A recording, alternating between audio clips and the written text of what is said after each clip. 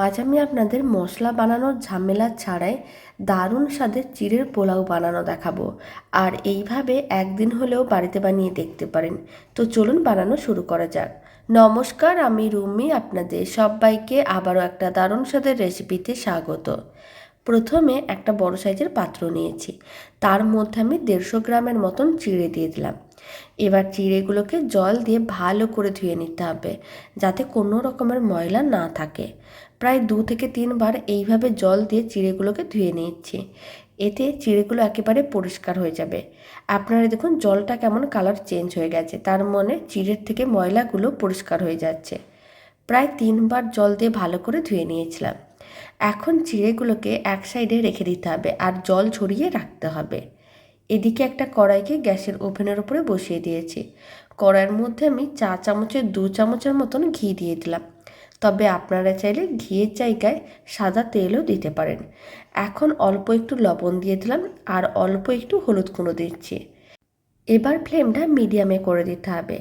তারপরে আমি কড়াইয়ের মধ্যে দিয়ে দিচ্ছি 200 গ্রামের মতন পনির। পনিরের পরিমাণটা কম বা বেশি করতে পারেন। আর আমি দিয়ে দিচ্ছি 1 মুঠোর মতন কাজু বাদাম, আর দিয়ে দিচ্ছি কয়েকটা কিশমিশ, মানে 1 মুঠোর মতন কিশমিশ দিয়ে দিলাম। এবার পনির, কাজু বাদাম ও কিশমিশগুলোকে হালকা লাল করে ভেজে নিতে হবে। এতে কী হবে, চিড়ের পোলাও দেখতেও ভালো লাগবে, খেতেও ভালো লাগবে। আর এটা কিন্তু সম্পূর্ণ নিরামিষভাবেই বানানো হচ্ছে। বাড়িতে একদিন হলেও বানিয়ে দেখতে পারেন। 3-4 মিনিট নাড়াচাড়া করে নিয়েছিলাম। পনির, কাজু বাদাম, কিশমিশ ভাজা হয়ে গিয়েছিল।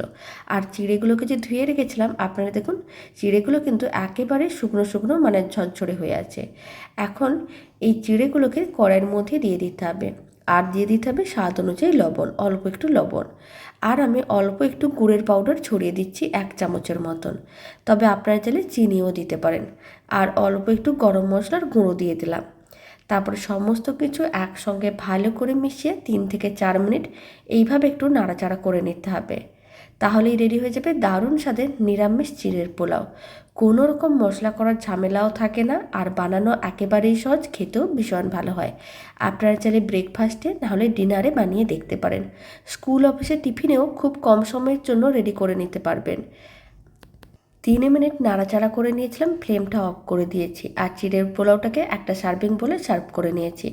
দারুণ স্বাদের চিড়ের পোলাও রেসিপিটা শেষ পর্যন্ত দেখার জন্য অসংখ্য ধন্যবাদ। ভালো লেগে থাকলে আপনারা যদি ফেসবুক থেকে রেসিপিটা দেখছেন, পেজটিকে ফলো করে নেওয়ার অনুরোধ রইল।